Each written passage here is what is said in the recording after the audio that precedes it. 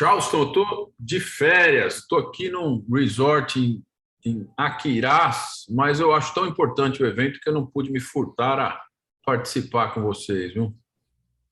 Certeza, professor, que agradeço aí a disponibilidade. A gente teve mais de 1.300 inscritos no evento, Que legal, viu? aproximadamente 60% farmacêuticos dos inscritos. E a expectativa é a gente ter aí um evento, um curso, né? A gente como eu falei, esse é o primeiro módulo, né, que a gente vai estar dando um pontapé hoje, mas esse curso segue com mais 4 módulos. Então, Eu acho expectativa boa aí. super legal o seu programa, ainda mais de biosimilar, é o super hot.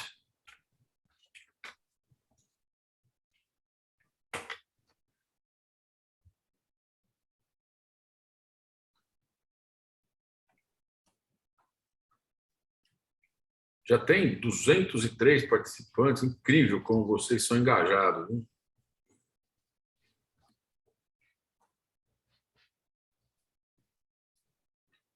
A gente espera o pessoal entrar mais uns minutinhos, ou vamos começando? Mais um minuto. Mais um minuto para dar.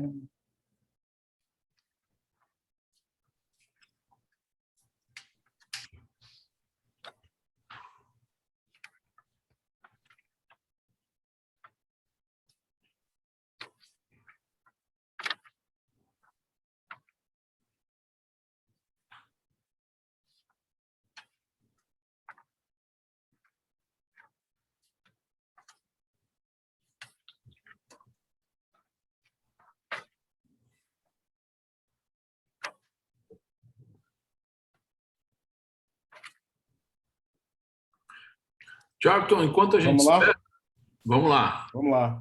Então, inicialmente, boa noite a todos e a todas. Dar boas-vindas a todos os participantes e aos panelistas que aqui nos acompanham.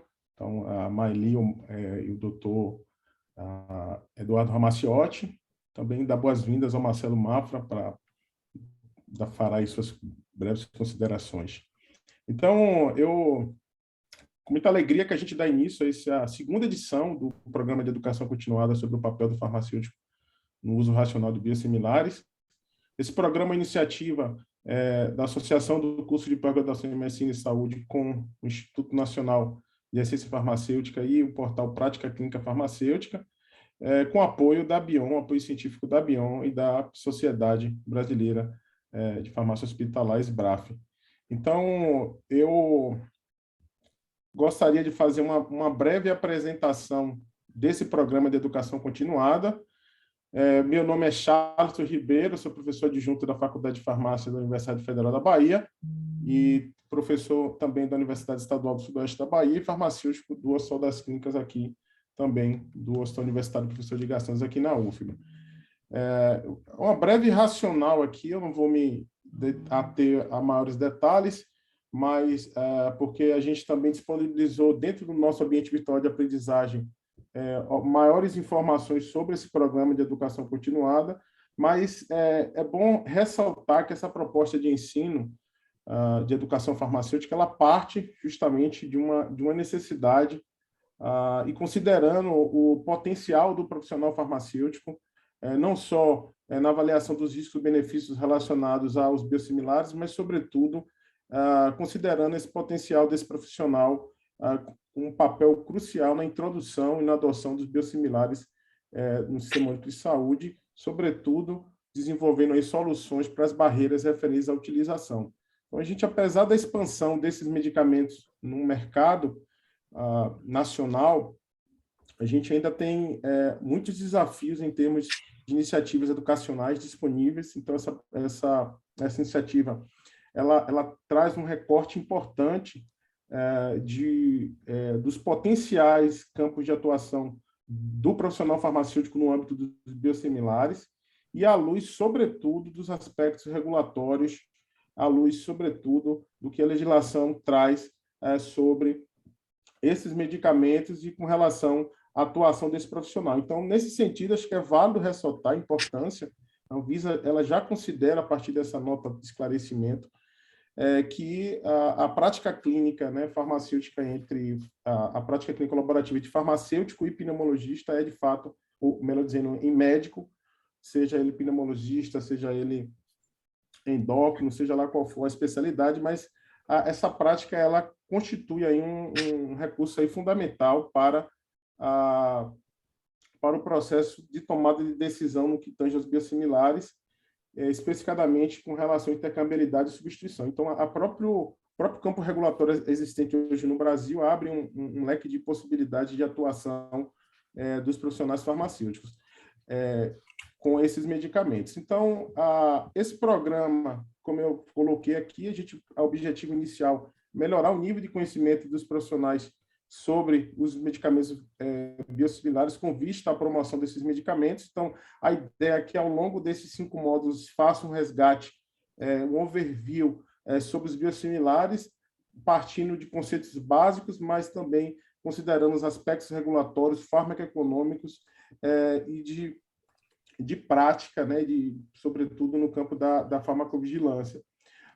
Então, com essa possibilidade também de fomentar a prática clínica colaborativa entre farmacêuticos e médicos, a gente traz um pouco, até dentro do própria agenda que a gente vai estar discutindo aqui. Público-alvo, esse ano, a gente trouxe não só para farmacêuticos, mas entendendo também as necessidades educacionais cruciais também junto aos acadêmicos de farmácia. Então, a gente vai ter uma carga horária de 30 horas nesse curso. Uma parte desse curso vai se dar ao longo desses webinars, com duração de até 2 horas, sendo que a gente segue com todo um processo de aprendizado também no ambiente virtual de aprendizagem. Eu vou depois disponibilizar, vocês vão receber informações de acesso, inclusive a gente já tem todo o material didático elaborado, exercícios dentro desse ambiente, que é a carga horária complementar. Então, a gente elaborou exclusivamente para esse programa de educação continuada 5 módulos de conteúdo, que no final do curso vocês receberão no formato de um e-book completo. Esse primeiro módulo ele já está disponível no ambiente virtual de aprendizagem, então, com uma série de conteúdos que vão auxiliar, inclusive, na complementação do aprendizado aqui nessa aula, nesses webinars, e vão auxiliar, inclusive, na resolução dos exercícios que são disponibilizados dentro da plataforma do ambiente virtual. Então, são 5 encontros. O primeiro é hoje, a gente segue a cada segunda-feira, encerrando no dia 20 de dezembro. O conteúdo do curso, a gente compartilhou brevemente durante a inscrição, mas resgatando aqui, tá? A gente começa falando hoje sobre alguns conceitos básicos, falando de medicamentos biológicos biosimilares e falando um pouquinho do processo de desenvolvimento clínico de medicamentos biológicos originadores biosimilares. É crucial a discussão sobre os aspectos regulatórios, então a gente vai trazer um panorama dos marcos regulatórios dos medicamentos biológicos no Brasil e discutir aspectos regulatórios relacionados à intercambiabilidade, substituição automática. Então, é importante discutir também os aspectos relacionados aos aspectos farmacoeconômicos aplicados aos biosimilares. Então, no terceiro módulo, a gente vai falar um pouco, a oportunidade, inclusive, de trazer dados de mundo real de gestores e profissionais de saúde que atuam no campo dos biosimilares, falar um pouco da experiência advinda dessas incorporações, o que é que isso representa, não só a nível global, mas a nível local, no sistema de saúde brasileiro, a incorporação desses medicamentos, considerando aí, Maeli, que a gente passa por um momento, né, de austeridade fiscal importante, de crise econômica, então é importante discutir um pouco, e pandemia também. Então, os aspectos de farmacovigilância vão ser discutidos no 4º módulo. Então, a gente quer resgatar alguns conceitos básicos de farmacovigilância, mas também falar especificadamente qual que é a atuação do farmacêutico na farmacovigilância pós-comercialização de medicamentos biológicos e biosimilares. Por último, a gente vai ter aí a oportunidade de ter profissionais que atuam com biosimilares para falar um pouco da sua prática, de quais são as perspectivas, quais são os desafios. Então, a ideia é que a gente, nesse último módulo, constitua um espaço de troca de experiências para que a gente tenha um aprendizado também a partir da prática e da realidade do processo de trabalho no SUS. Dos palestrantes, a gente vai estar divulgando, né, todo o calendário de palestrantes, depois eu vou atualizá-los acerca desse... a gente disponibilizou um site específico com informações sobre o curso, que vai ter disponibilizado aqui no chat, para vocês conhecerem aí o conjunto de profissionais especialistas. Vocês podem consultar nesse portal do PCFA, www.pcfa.org, no campo de biosimilares. Vocês vão ter todos os detalhes aqui dessa apresentação e dos palestrantes, conhecer um pouco dos palestrantes, mas vocês estarão recebendo aí semanalmente informações dos nossos painelistas. Então, as inscrições, todo mundo já sabe, né? As inscrições seguem abertas, essas aulas elas ficam gravadas no ambiente virtual de aprendizagem. A gente já tem uma aula, um segundo módulo, né, com a participação do professor Valderílio e do professor Pablo, para falar dos aspectos regulatórios e biosimilares.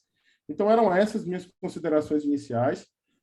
Eu não poderia deixar de agradecer aqui ao INAF, à associação, o PCFA, né, pela realização dessa atividade, mas também estender os agradecimentos aí aos apoios científicos que a gente recebeu para poder conduzir essa proposta.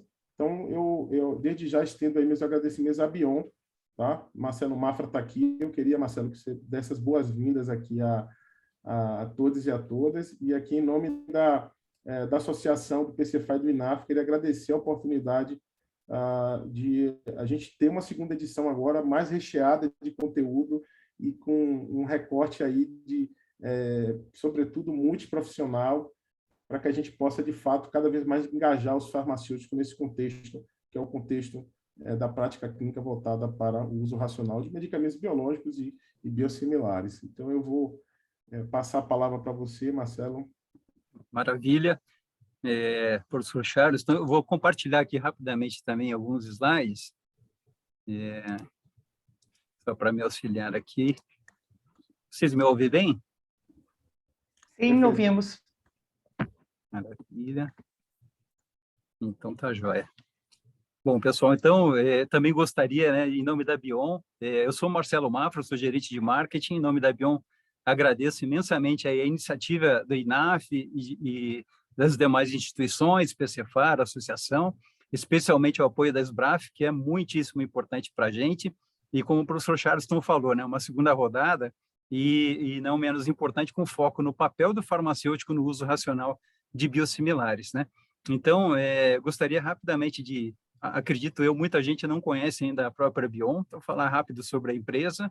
A Bion é uma empresa que acredita nas descobertas, dos benefícios gerados, né, pela ciência, principalmente por meio da biotecnologia e possivelmente também criando soluções, ofertas de melhorias para a vida das pessoas, não só agora no presente, mas também investindo no futuro, né?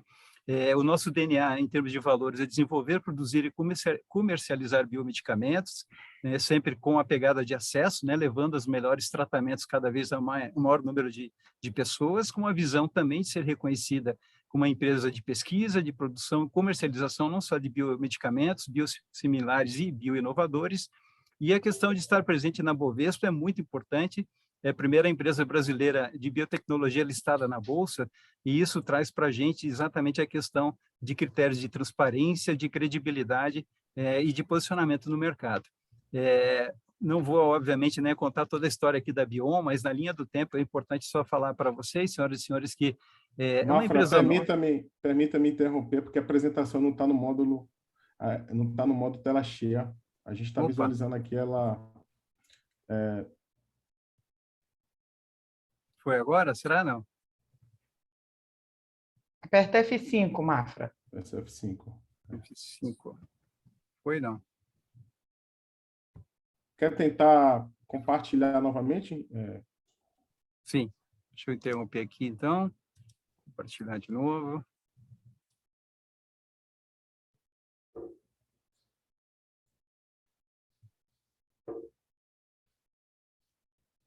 Agora foi? Não, ainda não está em tela cheia, está... Está na tela menor? Na tela menor. Bom, eu só não quero usar Tenta apertar F5, senão a gente segue assim mesmo. Tentando aqui um FNF5. Ou vai lá em cima, em apresentação de slides lá, e coloca apresentar.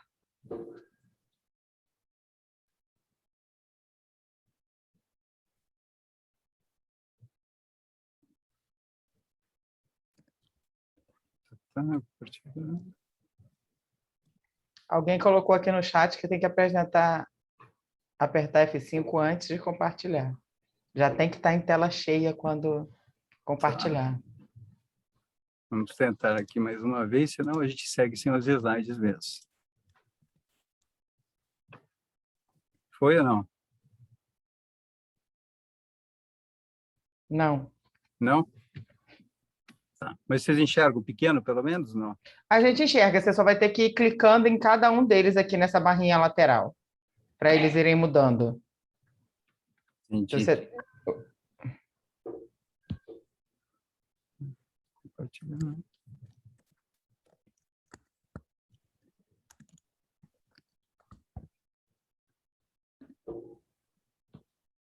Vou tentar uma última vez aqui, senão a gente segue sem os slides só para não arrebentar o tempo aqui. Agora sim. Foi? Oh, que beleza. Não fiz nada demais, fiz o mesmo processo. Mas, enfim, o que eu só gostaria de falar... agora acho que travou aqui para mim, não. Não, agora vai. Foi? Então tá joia. Bom, pessoal, na verdade, eu só estava falando aqui da linha do tempo, compartilhar com vocês que a Bion, apesar de ser uma empresa nova, está fazendo 20 anos agora em 2021, ela tem um paradoxo de já ser uma empresa de biotecnologia que foi, né, originada lá através deixa eu voltar rapidinho aqui, que é a Biobras. Através da Biobras foi feita uma joint com a Lilly, chegou a produzir, no final do ano 2000, mais de 50 milhões de unidades de insulinas, e a partir daí a fábrica foi vendida para a Novo Nordisk, e mais recentemente, né, teve que ficar 10 anos fora do mercado por conta dessa negociação, e a partir daí foi buscar também novas parcerias, né, saindo não só do foco em diabetes, mas também seguindo para a oncologia, e até chegando, inclusive, né, trazendo também inovações como a insulina inalável, que foi no ano de 2017. Nesse meio de tempo, construiu uma nova fábrica, que ela está pronta já em Nova Lima, com mais de 100 mil metros quadrados, com 12 mil metros de área construída, e a partir daí teve aprovações de outras moléculas importantes, a própria glargilina, que foi em 2018 aprovada pela Anvisa, na sequência trouxemos o trastuzumab, que é o Erzuma, e agora no final de 2020, praticamente 2021, né, 2020 foi a aprovação do Gemaxan junto da Anvisa, que é a enoxaparina da Bion, chegou num momento muito importante por conta da pandemia, essa foto da fábrica, e agora em 2021 a novidade mais recente foi a chegada de uma parceria com a CanSino para trazer uma vacina que chama Convidência, uma nova vacina contra a Covid, já está submetida à Anvisa para critérios de aprovação, a gente aguarda aí com uma expectativa muito boa, e também ainda em cima de Covid tem um estudo do leronlimab de fase 3 para tratamento de Covid, que isso foi agora em 2021, né? E aí, só para falar para vocês também, que além, né, de normalmente uma empresa de biosimilares foca muito na comercialização, diferentemente do que a Bion hoje faz, né? Ou seja, a gente também apoia as sociedades médicas, como, por exemplo, iniciativas da campanha do Dia Mundial de Trombose ligada à trombose e hemostasia, SBTH, o Dr. Ramaciotti está aqui representando a sociedade, também junto da própria Vascular, das campanhas do Dia Mundial de Trombose, aqui foi a campanha Cancelamento do Bem, #Cancele a Trombose, que a Bion também, né, teve o apoio científico, e especificamente na SBRAF, né? Eu sempre digo que a Bion está começando a sua jornada no mundo hospitalar, e a gente sempre gosta de falar que, e não só na teoria, mas na prática, que a porta de entrada realmente são os farmacêuticos hospitalares. A partir daí, o ano passado já a Bion, através da parceria com a SBRAF, né, participou do simpósio do Jubileu dos 25 anos, trazendo exatamente um simpósio, não por acaso,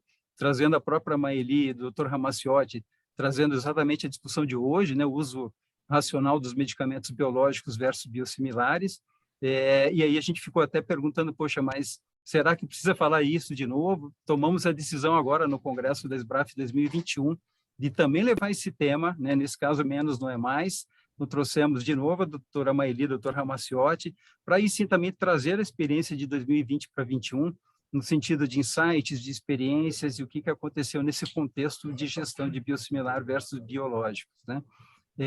Aqui foi o simpósio que a gente trouxe, exatamente com o tema aqui do curso, e pensamos, bom, além disso, de estar presente na SBRAF, a gente já tinha, né, essa expectativa de estar junto aqui com, né, representando o INAF, o professor Charleston, de seguir aí com esse 2.0, aí focando exatamente no tema de agora. Então, a gente se apropriou aí da própria oportunidade no Congresso. O professor Charleston fez um spoiler aí de 20 minutos, contando que vai rolar em 30 horas aí nesses 5 webinars, né?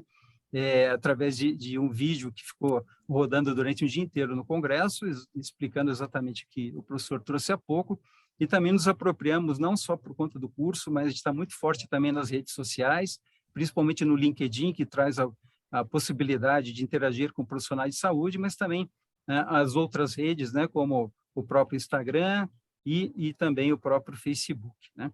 Então, basicamente, eu só gostaria também de aproveitar e agradecer, né, mais uma vez ao INAF, aqui na figura do professor Charleston, um agradecimento especial aí aos 10 palestrantes, os facilitadores desses módulos, a doutora Maeli, que está aqui presente desse módulo 1, e dizer para vocês que para a Bion é uma honra estar presente, apoiando essa iniciativa, e que eu tenho certeza que vai empoderá-los e fortalecê-los, no sentido de assumir o papel de protagonismo, né, frente à gestão desse arsenal terapêutico tão importante, né? Afinal de contas, os biosimilares é um caminho sem volta, então, portanto, o que é realmente importante é essa trocação, essa interação, esse processo de educação continuada, e cada vez mais é o que a Bion pretende estar realmente muito próximo de vocês, ou seja, ir um passo além e agregar valor em forma de prestação de serviço, que é o que a gente acredita. Então, é isso, espero que vocês aproveitem muito esses 5 módulos, as 5 rodadas, e, de novo, é só gratidão mesmo, agradecimento em nome da Bion aí a todos vocês, e um excelente curso a todos. É isso. Professor Charleston. Muito obrigado, Mafra, pelas considerações aí. É importante que a gente possa ter um panorama, né, da companhia e, sobretudo, entendendo... Queria agradecer aqui em nome não só do INAF, mas da associação, o professor Linneberg também, que não pôde estar presente aqui, mas queria agradecer aqui pelo apoio a essas iniciativas. Isso, a categoria farmacêutica só tem a ganhar com essas iniciativas. Isso para a gente é muito importante, esses apoios. E deixar o registro aqui, a gente teve mais de 1.300 inscritos nesse curso de farmacêuticos e estudantes de todo o Brasil. Isso a gente teve um recorte de uma miscelânea de estados. Isso para a gente foi bem bacana, mostrando que é um tema que cada vez mais está entrando na agenda de profissionais. A gente, inclusive, eu queria também deixar aqui fazer uma observação, né? A gente também está aproveitando esse curso para conduzir um estudo, um survey para avaliar o nível de conhecimento, a percepção dos profissionais farmacêuticos sobre os biosimilares. Inclusive, alguns participantes que estão aqui já devem ter recebido esse link desse survey. Para a gente é muito importante compreender as necessidades educacionais, para que a gente possa, inclusive, intervir não só a nível de pós-graduação, mas até na graduação, que a ideia é que a gente melhore o conhecimento desses profissionais sobre esse tema. Então, eu queria já convidar aqui a Maeli. Maeli, seja muito bem-vinda. Maeli é diretora da Sociedade Farmacêutica, diretora da Sociedade Brasileira de Farmácia Hospitalar e conselheira federal, né, aí pelo Rio de Janeiro. Então, Maeli, queria agradecer a oportunidade de estar com você aqui, o professor Eduardo Ramaciotti, no instante vai estar falando, e para a gente é bem bacana tê-la conosco aqui, viu? Então, vou passar a palavra para você conduzir os trabalhos. Olá, boa noite a todos. Eu que agradeço o convite para estar aqui hoje. O convite é do Charleston. Estar aqui representando a SBRAF é sempre um motivo de orgulho. É um prazer enorme, né? A gente vem trabalhando com o tema dos biosimilares dentro da Sociedade Brasileira de Farmácia Hospitalar e também dentro da oncologia, que é uma das áreas que eu atuo tanto na farmácia hospitalar quanto na oncologia, e a gente vem se debruçando sobre esse tema, sobre o quão é importante o farmacêutico entender sobre esses medicamentos, né, o quão é importante para a gente responder esse survey e estar participando dessas iniciativas. Então, a gente, enquanto sociedade, a gente busca sempre a ciência e o conhecimento. Então, ter sido convidado para participar do curso é para nós também um motivo de orgulho. Então, acho que já foram feitas as apresentações, vamos começar com o conteúdo mesmo do módulo, né? Gostaria de chamar, então, para começar esse primeiro módulo, o professor Eduardo Ramaciotti, né? Ele é médico, é professor da Escola de Medicina da Santa Casa de São Paulo e também professor da Universidade de Loyola, nos Estados Unidos. Professor Eduardo, é sempre muito bom tê-los conosco. Oi, Maeli, tudo bem? Tudo bom? Você sabe que para mim é um prazer participar em eventos com os farmacêuticos, né? E não é farofada, não, que tem 409, eu vi que tem um monte de estudante de farmácia, vocês são muito engajados e muito importantes para a gente. Talvez o pessoal que está se formando não entenda quão é útil para a gente definir conduta, os farmacêuticos. Eu tenho uma empresa de pesquisa clínica grande, chama Science Valley, eu devo ter uns 12 trabalhando comigo. E os meus melhores funcionários, acho que eu te falei isso no outro meeting, são 2 meninas que estão no 4º ano de farmácia, que eu não dou, não troco, não vendo, não empresto, e a sala delas é do lado da minha. Viu, Charleston? A gente conduziu alguns estudos muito importantes de anticoagulação no COVID, que foram para guidelines globais. Essas 2 meninas fizeram todo o operacional para mim. Tudo, toda a parte de query, toda a parte de safety, de eventos, de adjudicação, 22 e 23 anos de idade. Então, assim, eu tenho muito prazer de trabalhar com vocês, eu enxergo os farmacêuticos fundamentais. No momento que a saúde nossa está num brejo danado, isso é uma oportunidade. E a parte de biosimilar é uma oportunidade. Num país com 200 milhões de habitantes, eu estava lendo aqui os comentários, o Denir escreveu assim, Mafrinha, enoxaparina da Bion salvou minha vida. Olha aí, pode cortar, colar e coloca para você. Então, eu tenho que sair, eu vou dar aula daqui a pouquinho para um monte de pediatra. Eu vou apresentar para vocês o que a gente tem de dado de biosimilar com a enoxaparina, que é o que o pessoal me pediu. Eu não vou demorar muito, não. Eu tenho uma apresentação bem interessante para vocês. Você só me fala se está aparecendo, Maile. Espera aí. Eu pus no modo apresentação. Foi? Não estou te ouvindo. Foi. Então, vamos lá. Heparina de baixo peso molecular biosimilar. Como é que nós estamos e onde nós estamos? Eu tenho todos os conflitos de interesse do mundo. O que vocês imaginarem, eu tenho de conflito, só não tenho stock options e quem prepara os meus slides sou eu mesmo. Então, eu trabalho com todos os anticoagulantes, então não tem tanto conflito assim. Bom, o que são os anticoagulantes? As drogas anticoagulantes, elas servem para anticoagular e manter as pessoas vivas nas doenças cardiovasculares. A gente tem vários deles, inúmeros. As enoxaparinas fazem parte dos anticoagulantes parenterais, ou seja, injetáveis, e elas basicamente são sequências de açúcares extraídos do intestino, basicamente de porco.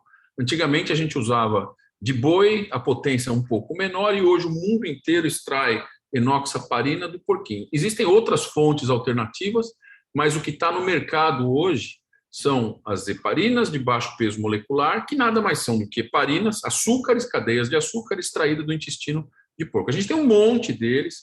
Vocês devem estar ouvindo falar dos anticoagulantes orais genéricos. Não é o que a gente está falando aqui. Nós estamos falando de biosimilar de heparina de baixo peso molecular.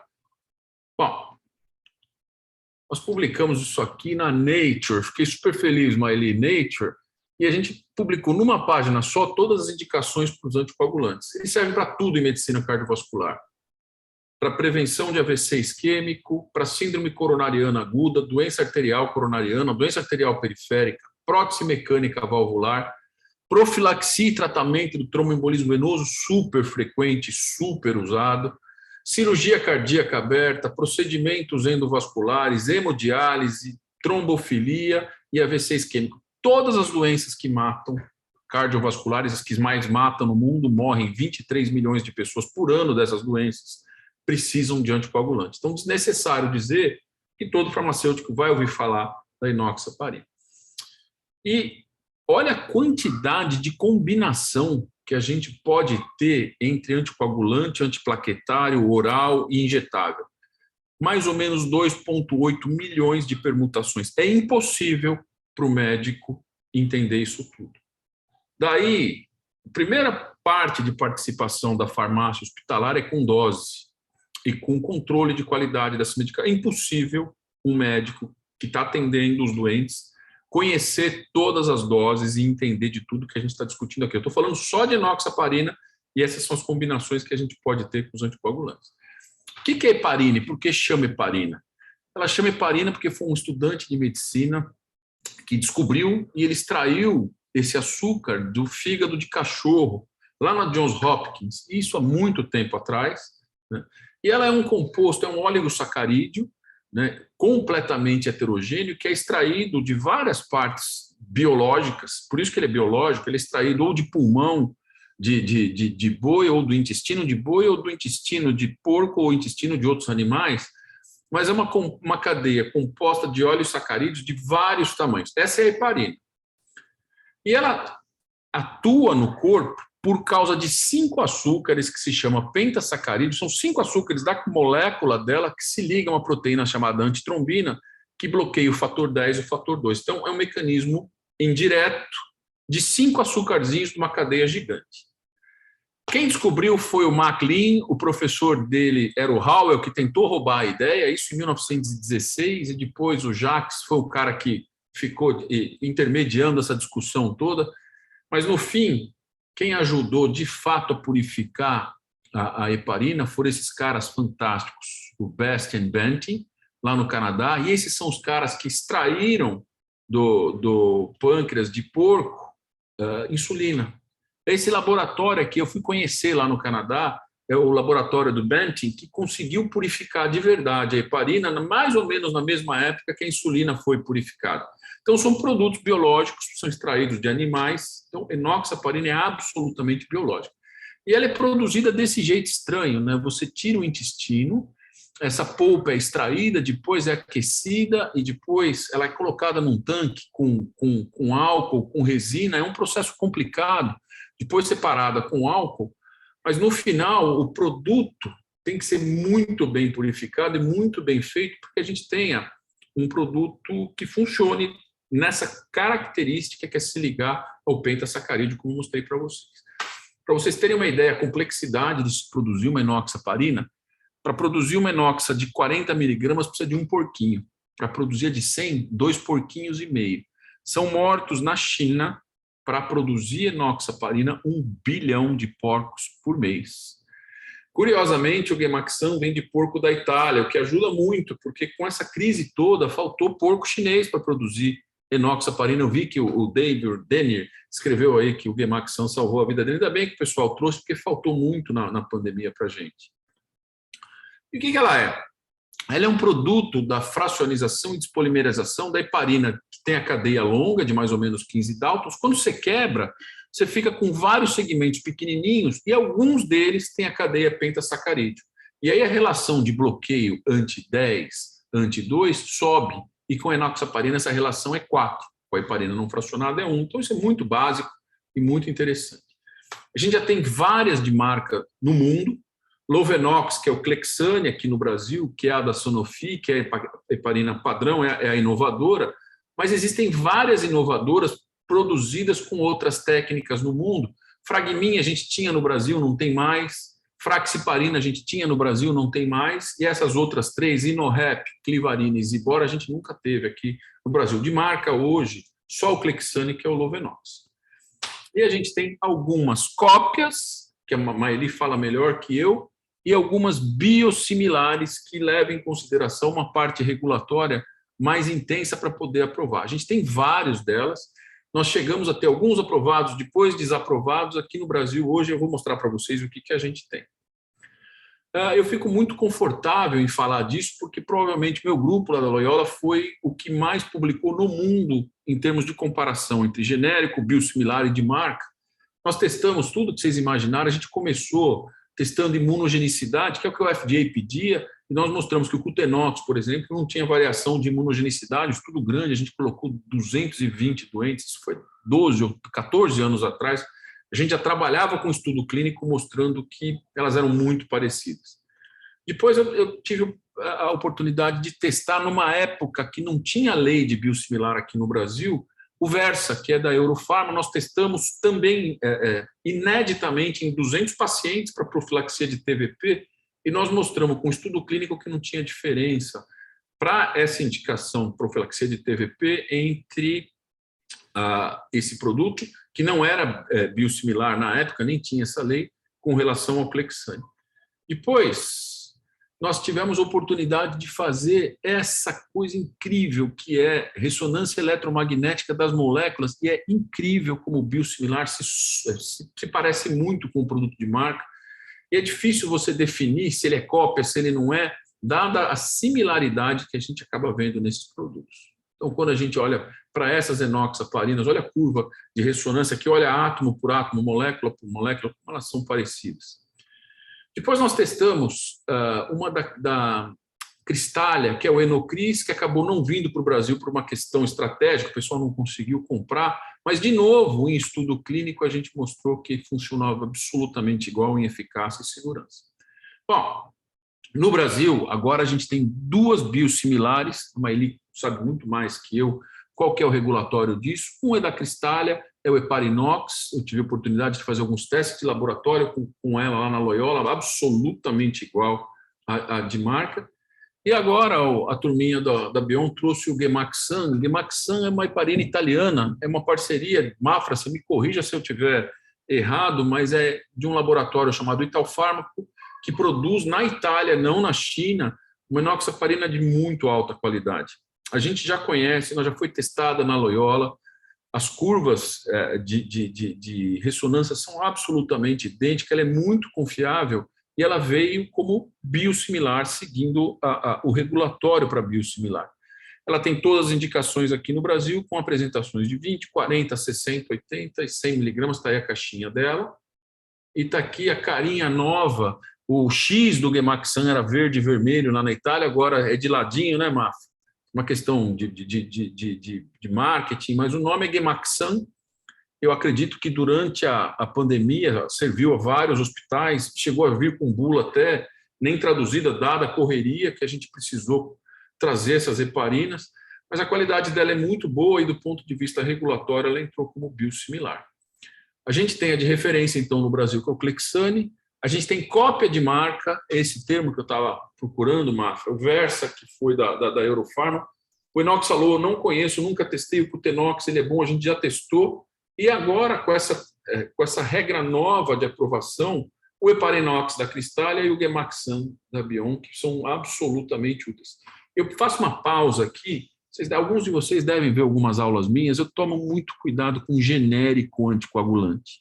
O Rivaroxabana está com genérico. Esse delta de 25%, eu acho muito arriscado. Você dá uma droga que tem 10 miligramas e acabar dando 7,5 se tiver esse delta para aprovação de genérico. Para biosimilar, eu fico muito tranquilo, porque a gente testou em estudo clínico. Então, se eu tiver que tomar, se eu internar e me derem biosimilar de enoxaparina, eu vou tomar sem problema. Se algum familiar meu internar, eu vou tomar, porque a gente testou e elas funcionam muito bem em estudo clínico randomizado, controlado, prospectivo. A gente tem vários players aqui no Brasil, a maioria são produzidos na China. Aqui a Maeli, você até me ajuda aqui, tiveram várias que foram aprovadas e depois rejeitadas aqui no país, porque a lei foi mudando. Eu acredito que a lei do biosimilar entrou entre 2009 e 2010. Maeli, você pode até me interromper? Isso, RDC 55 de 2010. Antes, todos os medicamentos, não havia distinção para registro de medicamento biológico, não era diferente do medicamento sintético. Então, eles não faziam estudos comparativos com o originador, isso não era necessário nem exigido, isso só passou a ser exigido a partir de 2010, com a RDC 55.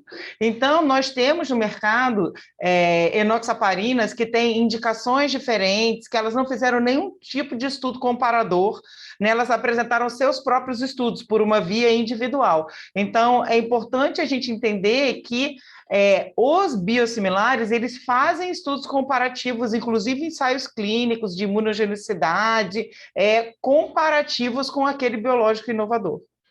É isso aí. A gente acredita muito nisso eu sou um clinical trialist, é difícil você... Você imagina você dar um delta de 25% para uma droga biológica, né, Maile? Então, eu acredito que essa lei, essa RDC, foi muito boa para os doentes. Só acho que a sua visão é a mesma, né? Isso porque começou, na verdade, quem começou a discutir essa questão de que os medicamentos biológicos eles não poderiam ser, né, tratados e registrados como os medicamentos sintéticos, na verdade, essa discussão começou na Europa, na agência europeia, em 2005, mais ou menos. Então, eles começaram a perceber que essas diferenças, as diferenças de resposta a esses medicamentos, que eles deveriam fazer ensaios comparativos, e aí, então, eles começaram essa discussão, essa mudança no registro, e isso foi adotado pela OMS, consequentemente pela Anvisa, pela FDA e por todas as outras agências. Maile, uma das perguntas que estão aqui, de uma menina aqui do Ceará, ela falou assim, qual a diferença do ponto de vista de desenvolvimento ou regulatório do cópia de marca para o biosimilar? Em relação aos medicamentos biológicos, é que ele não fez estudo comparativo com o originador, ele fez estudos próprios, de eficácia próprios e de segurança próprios, mas esses estudos não foram comparativos, né? Ele não fez ensaio clínico comparando, então, assim, eu tenho a mesma efetividade, por isso é importante a gente olhar na bula, por quê? Porque ele pode não ter todas as indicações que o original tem, por exemplo, então eu vou dar o caso do uso de enoxaparina na cirurgia oncológica. São poucos os que têm. Por quê? Porque os estudos que eles fizeram, eles não fizeram com cirurgia oncológica. Então, alguns fizeram em pacientes que faziam diálise, outros fizeram em doenças cardíacas, mas não tem indicação de uso, então na bula dele não consta que ele é para ser utilizado no tratamento, né, na cirurgia oncológica, exatamente porque ele não fez estudo. Então, é a questão do estudo mesmo, ser comparativo, isso é uma questão. Se é por isso que não é chamado genérico, medicamentos biológicos, eles não têm essa denominação, né, seriam biogenéricas, exatamente porque elas não são iguais, elas são altamente semelhantes e apresentam o mesmo perfil. É isso aí. O Gemaxan, que é biosimilar, ele tem indicação para tudo. Me corrija aí também, mas para cirurgia oncológica, ortopédica, profilaxia, tratamento TVP e a parte cardiológica, por conta da RDC. Não foram feitos todos esses trials, mas dada a exigência de similaridade de estudos comparativos, aliás, ninguém tem estudo comparativo em todas essas aqui, ninguém nunca fez, isso é impossível. Depois que você tem a droga, aprovado, comparado, o inovador aprovado, é impossível biosimilar, nenhuma empresa americana nunca fez isso. Então, aí a questão da extrapolação. É por extrapolação de indicação, porque a agência pode até pedir um teste ou outro, um teste in vitro, e aí vai depender de qual é esse medicamento, mas ele fez a parte comparativa de análise físico-química, né, mostrando por ressonância, por técnicas, que não são as técnicas utilizadas, né, para os medicamentos sintéticos, que ela é uma molécula idêntica ou extremamente similar àquela molécula originadora. E por isso a agência aceita, então, a extrapolação de indicação. Para quem não faz essa base de estudos comparativos, a agência não aceita. É isso aí. A gente tem 2 biosimilares no país, o Gemaxan, que eu conheço bem, e o Heparinox. O Heparinox, e aqui eu deixo o Mafra até um pouco bravo comigo, mas a gente testou lá na Loyola, uma das minhas alunas de mestrado, a gente faz, para vocês terem uma ideia, olha a curva molecular do Heparinox comparado com o de marca. Eles são idênticos, eles vêm do mesmo lugar. Olha a distribuição por ultravioleta e tudo que vocês imaginarem de atividade anti-2, anti-10, liberação de TFPI, gênese de anticorpos, anti-PF4, que vocês imaginarem, eles são bem parecidos. E esses números a gente tem com o Gemaxan, isso foi feito com outros alunos nossos lá na Loyola. De forma que eu fico muito tranquilo em dar aula de enoxaparina, tanto do de marca quanto dos biosimilares. A gente fica bem feliz com eles. Nós estamos tocando mais algumas coisas, mas eu acredito que desde o lançamento do Gemaxan até agora, a gente tem uma farmacovigilância muito potente no país, né, o Maeli? E nós não tivemos nenhum indicador de problema de falta de eficácia, nem aumento de risco de sangramento. O pessoal tem usado bastante, os colegas têm me ligado dizendo, mas só que funciona igual, nós estamos bem satisfeitos. Eu queria aproveitar, esse é meu último slide, eu sei que tem muito farmacêutico jovem. Quem que se interessar por anticoagulação, eu tenho aqui o Instagram de educação continuada. Quem for farmacêutico ou estudante, não paga nada, é só me mandar lá um inbox. Uma vez a cada 10 dias a gente tem alguma maluquice de anticoagulação lá, sempre legal. Mas eu já te convidei para ir lá? Ainda não, né? Eu não te ouvi. Não, deixei mudo, ainda não. Eu deixo mudo para evitar ficar dando microfonia, mas ainda não, mas será um prazer. Eu vou te chamar lá, nós vamos discutir essas coisas. Os médicos não entendem nada, os caras não sabem nem que vem do porquinho a inoxaparina. É bom a gente ter esse tipo de discussão de RDC. Médico tem que saber isso, não tem jeito, senão vai oferecer coisa ruim para os doentes, não sabe porque os doentes morrem. Era isso que eu tinha para apresentar, Charleston, Mafrinha, Maeli. Eu tenho mais 7 minutos que eu posso ficar aqui. Ficarei super feliz de pegar a pergunta da moçada nova aí, viu, Maeli? Deixa eu ver aqui se o pessoal já mandou no chat as perguntas.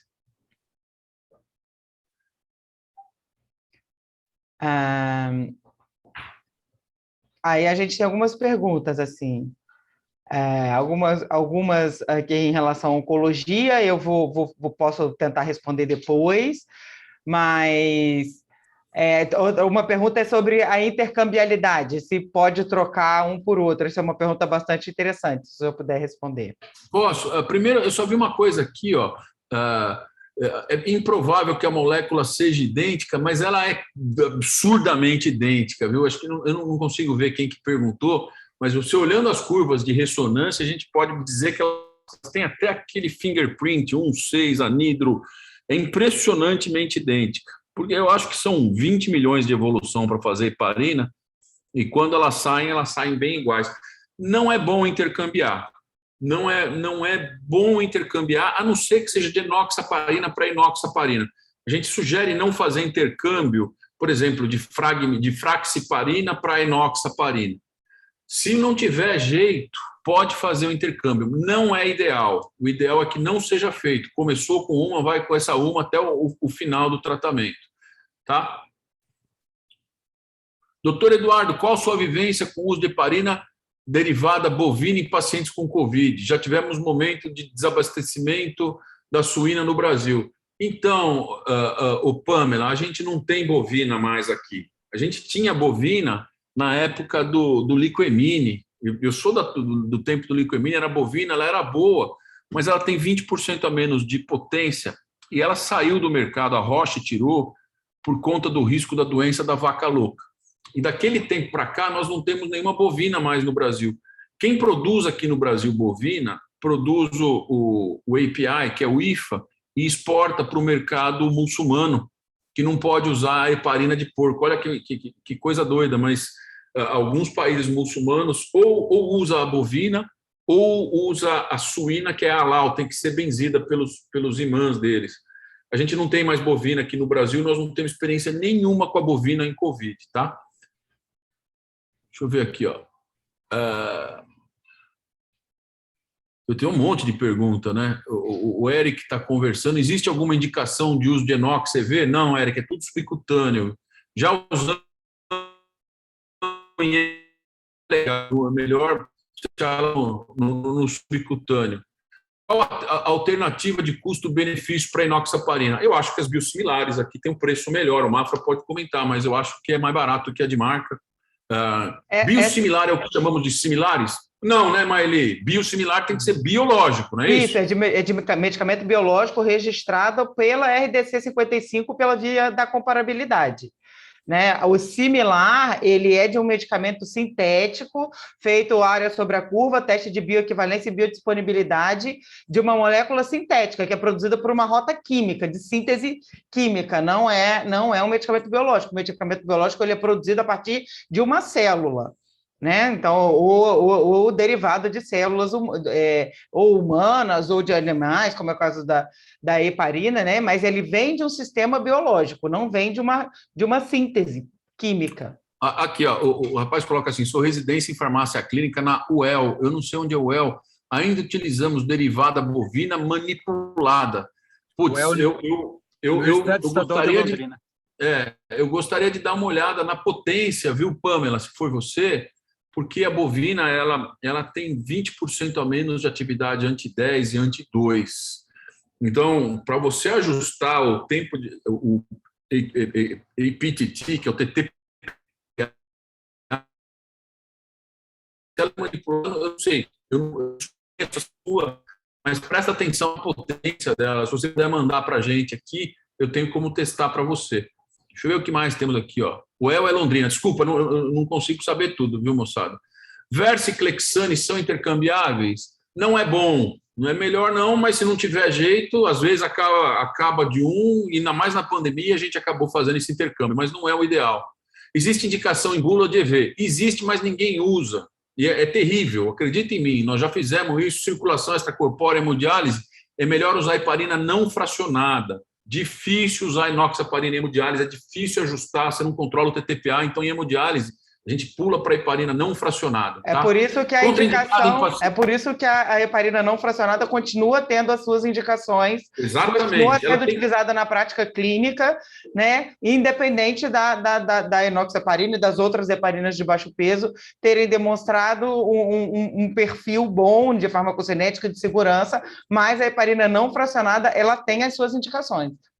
Olha que interessante, ó. Tem duas perguntas aqui. Eu estou meio na correria, mas eu vou responder. É contraindicada em paciente com função renal prejudicada?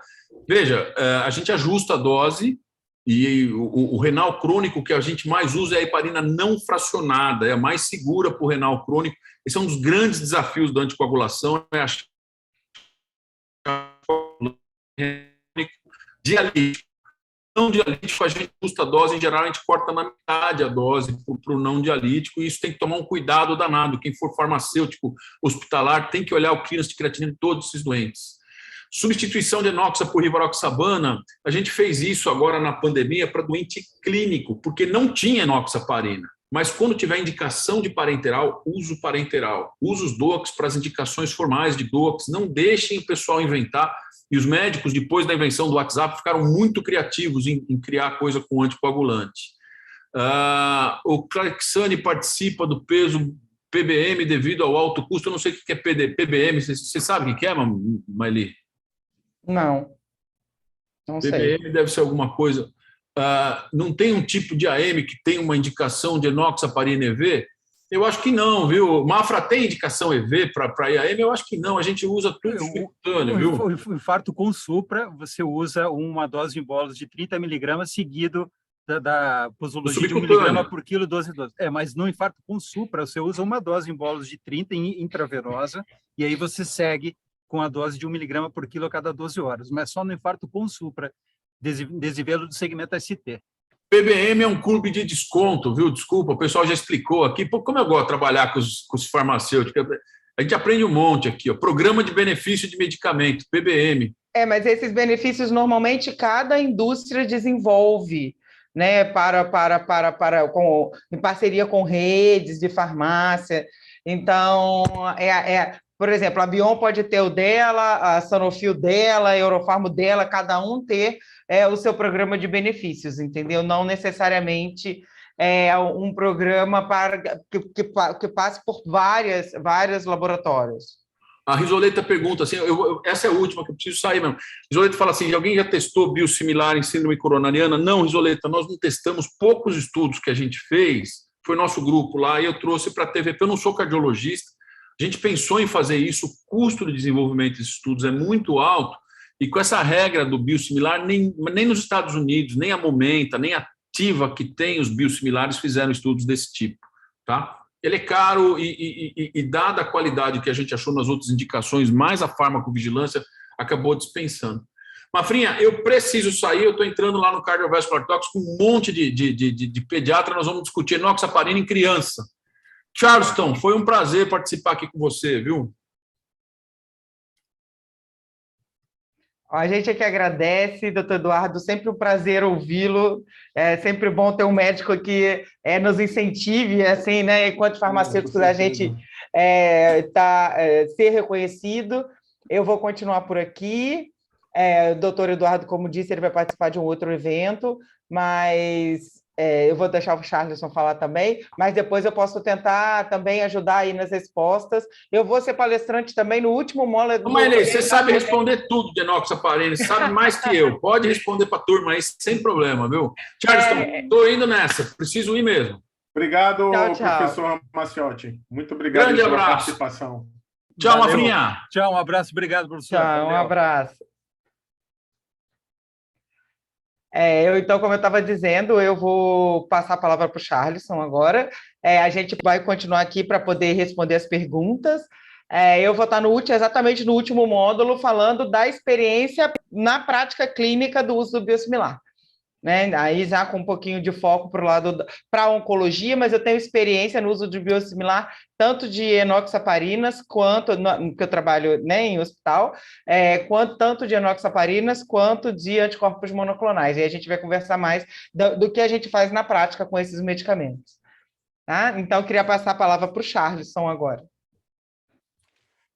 Obrigado, Maile.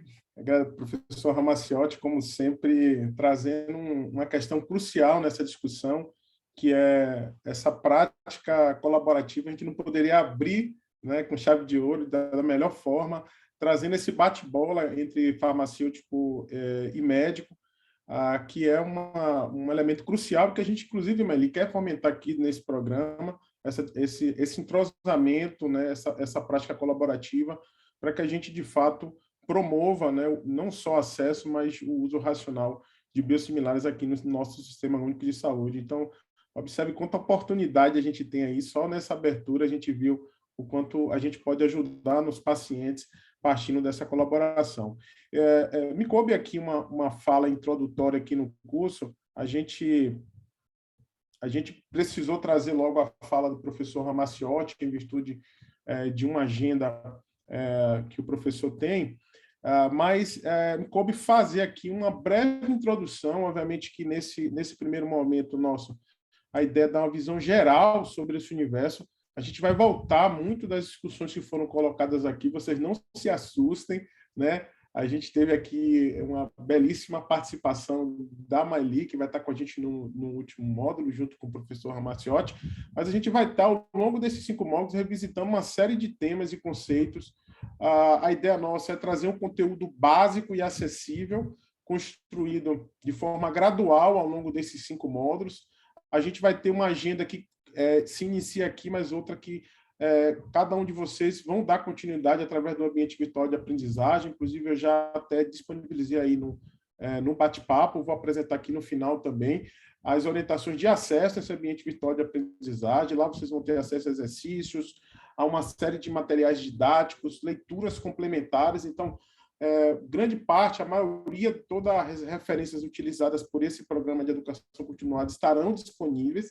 É importante e a gente quer fomentar isso muito, tanto Mafra e Maile, que vocês possam ter acesso, né, ao conteúdo original que serviu como base para a elaboração de todo esse conteúdo científico que aqui no curso a gente elaborou cuidadosamente para que vocês possam ter um conhecimento abrangente e robusto sobre esse tema. Aqui são a minha declaração de conflito de interesse. Me coube uma fala sucinta sobre algumas definições sobre o que são medicamentos biológicos, então trazer alguns conceitos básicos. Eu não vou, nessa aula de hoje, falar de aspectos regulatórios. A gente terá no módulo 2 uma discussão ampla sobre aspectos relacionados, como já foi colocado aqui na discussão anterior, a questão da intercambiabilidade, substituição automática, a SUGIT, enfim, entre outras questões. Então, a gente vai ter no módulo 2 essa oportunidade de discutir a questão, inclusive, do papel do farmacêutico frente a toda essa discussão no que tange a intercambiabilidade. A gente vai estar falando brevemente de algumas características gerais dos biosimilares, falando do processo de desenvolvimento clínico desses medicamentos e apontando para algumas considerações finais. Os objetivos de aprendizagem, a gente vai ter o cuidado em cada módulo, a gente dizer exatamente o que é que a gente quer discutir, então, de forma muito pontual. Um ou outro conteúdo a gente vai ter de uma forma mais profunda no conteúdo dos módulos que estão disponíveis no ambiente virtual de aprendizagem, que vão, inclusive, auxiliar muito vocês a responderem. Então, a gente começa falando nesse módulo 1, os objetivos de aprendizagem são esses, apresentar para você alguns conceitos básicos de medicamento biológico e as diferenças entre biológicos, inovadores, originadores, biosimilares e medicamentos sintéticos. Então, os medicamentos biológicos, né? Para a gente começar a falar dos medicamentos biológicos, é fundamental, eu vou resgatar, a Marili já trouxe aí, já deu o pontapé inicial, é fundamental a gente resgatar o arcabouço regulatório que define, né, muito bem. A gente tem muito material didático aqui, um trabalho que traz, às vezes, muita definição de fora, mas, às vezes, acaba esquecendo de dar ênfase um pouco. E a gente está tendo cuidado, nesse programa, de trazer um pouco desse arcabouço regulatório. Então, a ideia a definição de medicamento biológico da Anvisa, a gente encontra também esse termo biomedicamento, biofármaco, inclusive alguns autores até utilizam o termo biofármaco para se referir ao componente ativo, né, desses medicamentos biológicos, mas, a grosso modo, são produtos obtidos a partir de produtos como frutos biológicos, tecidos de origem animal, né, e são elaborados, sobretudo, a partir de procedimentos biotecnológicos. Os mais recentes medicamentos biológicos a partir de procedimentos biotecnológicos inovadores, e eles também são denominados, os medicamentos biológicos, que é o foco aqui na nossa discussão. A gente tem aí uma miscelânea de definições, mas a gente vai utilizar aqui para fins didáticos, não só ao longo desse curso, não só aqui na apresentação, mas ao longo desse curso, o termo medicamento inovador e originadores de referência para se referir aí a esse produto biológico novo, esse produto biológico comparador. Então, essa é a definição que a gente vai trazer. Então, do que compõe aí esses produtos biológicos? Uma miscelânea aí de produtos. Os mais conhecidos nossos são as vacinas, mas o objeto nosso de discussões aqui, né, são os chamados biomedicamentos e os anticorpos monoclonais e medicamentos contendo micro-organismos vivos. Então, essa também é uma definição, né, do que seria a subdivisão de produtos biológicos de acordo com a RDC número 55. Aqui estão alguns exemplos, tá, de algumas classes que a gente chama aí de biofármacos ou medicamentos biológicos que a gente tem disponível.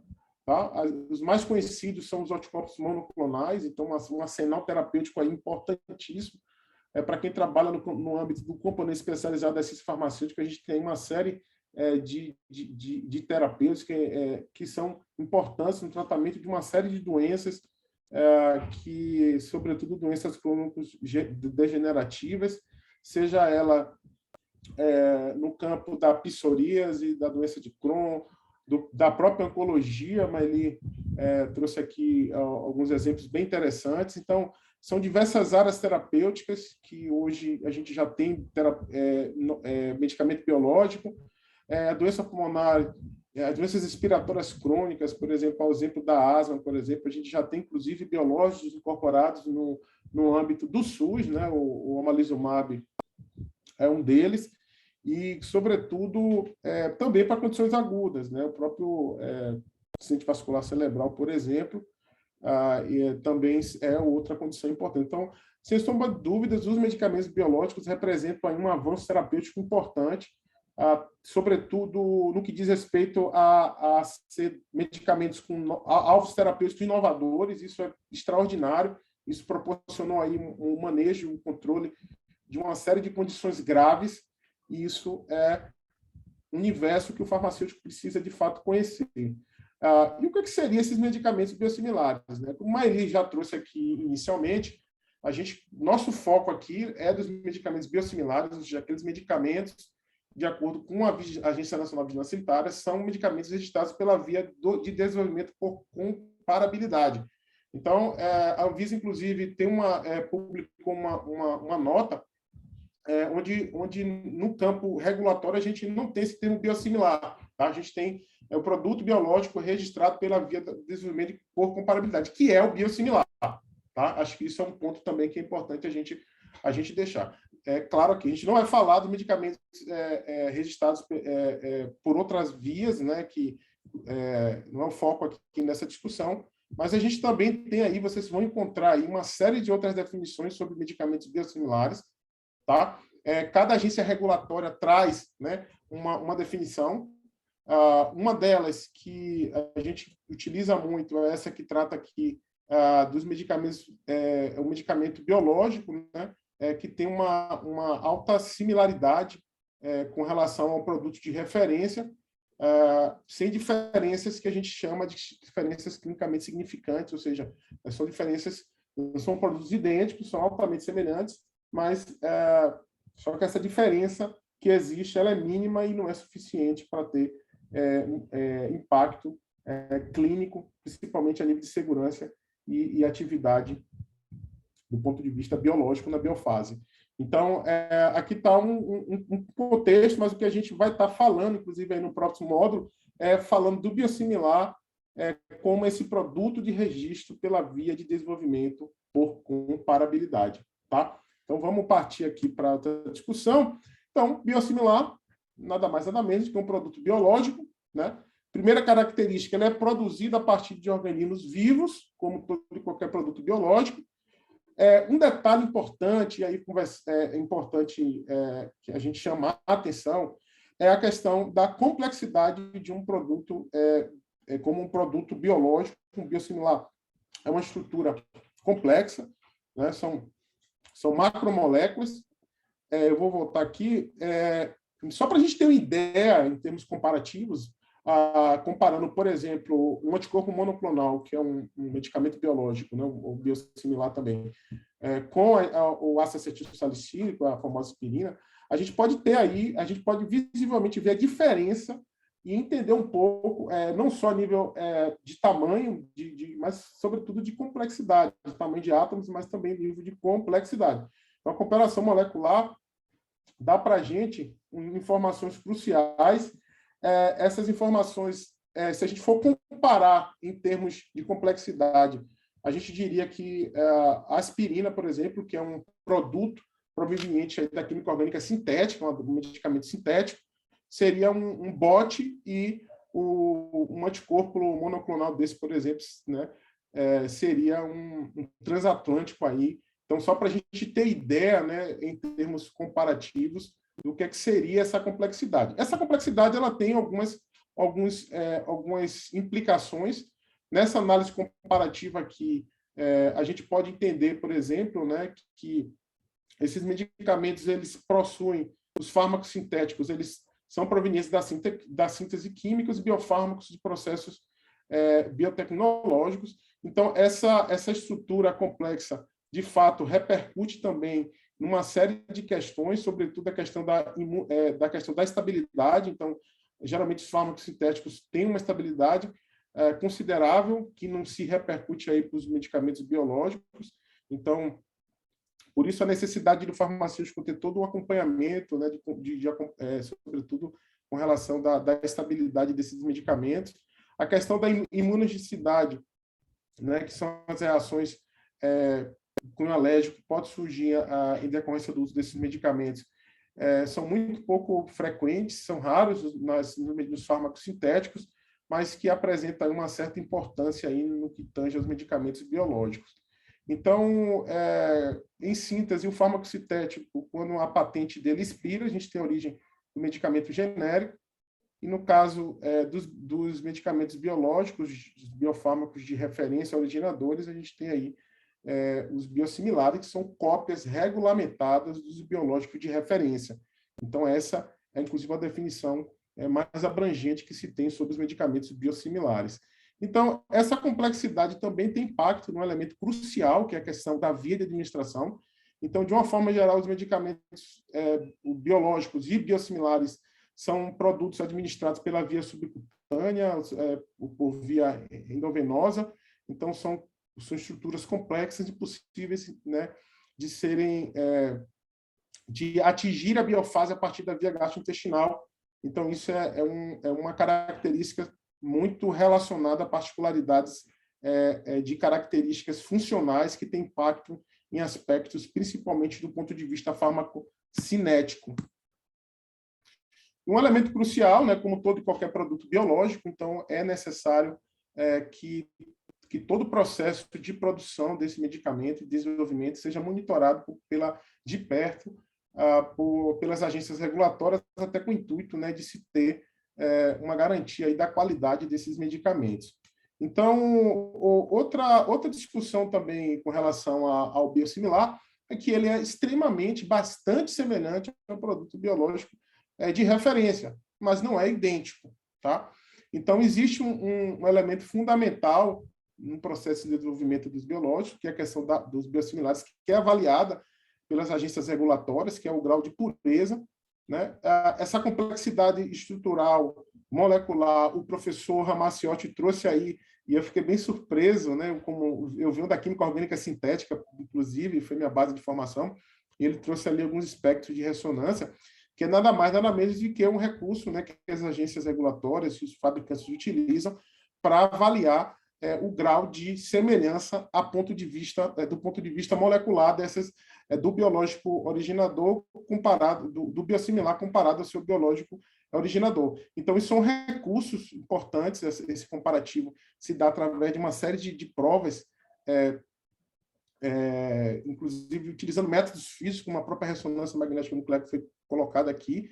Então, de uma forma geral, se a gente puder comparar o biológico de referência, observe que desde a linha celular hospedeira, envolvida, né, no processo de produção desse medicamento, né, a linhagem de produção, né, desse biológico, né, o próprio processo de fabricação, estrutura proteica e os próprios ingredientes, tudo isso, pessoal, é muito particular, né, tanto para o biológico de referência quanto para o biosimilar.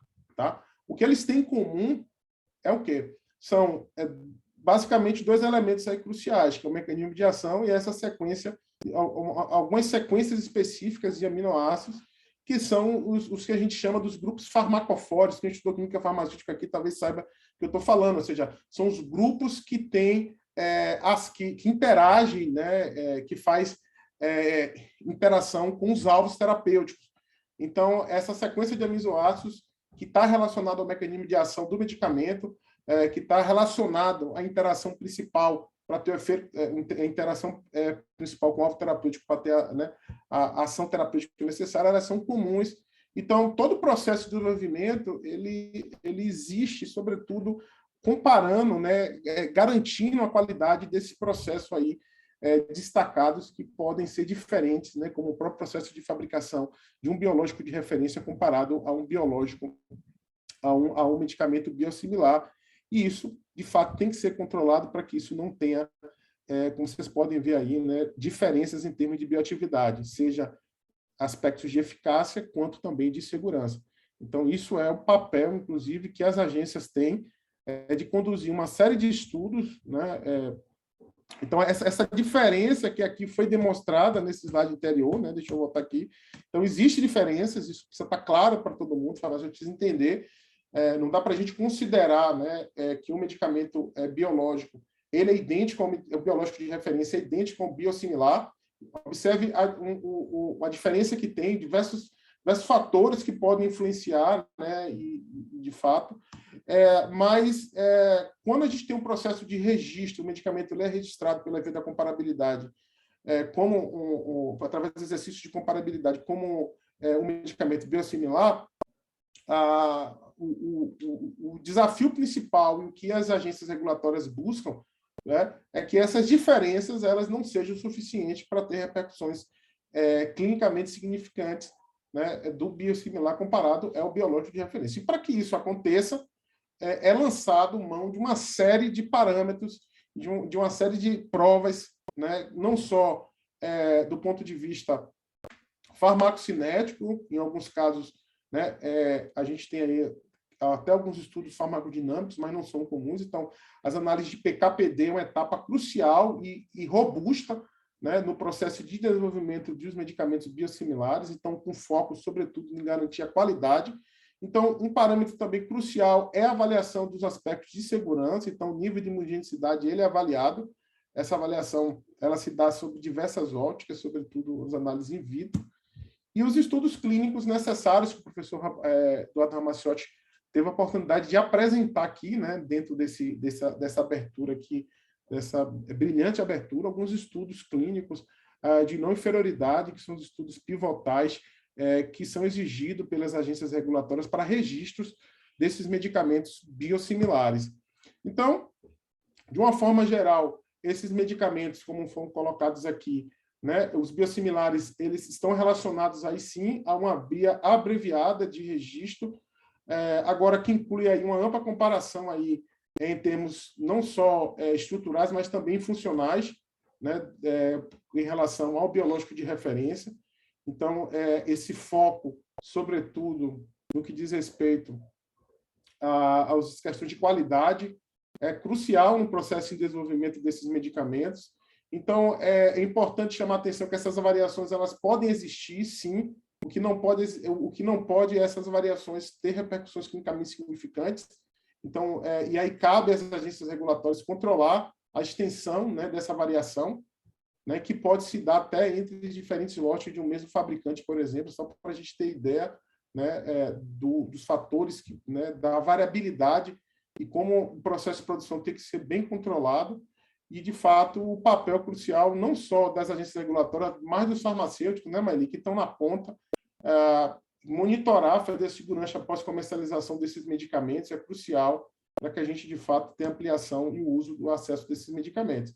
Então, como já foi dito aqui, a gente não pode dizer que um biosimilar é um medicamento genérico, a mesma coisa é um medicamento genérico, até porque a gente sabe que não, a gente não está falando de estruturas, entidades químicas idênticas, né? O biológico não é idêntico ao biológico de referência originador, não é idêntico ao biológico similar, ao biológico, o biosimilar não é idêntico ao seu biológico de referência ou originador, tá?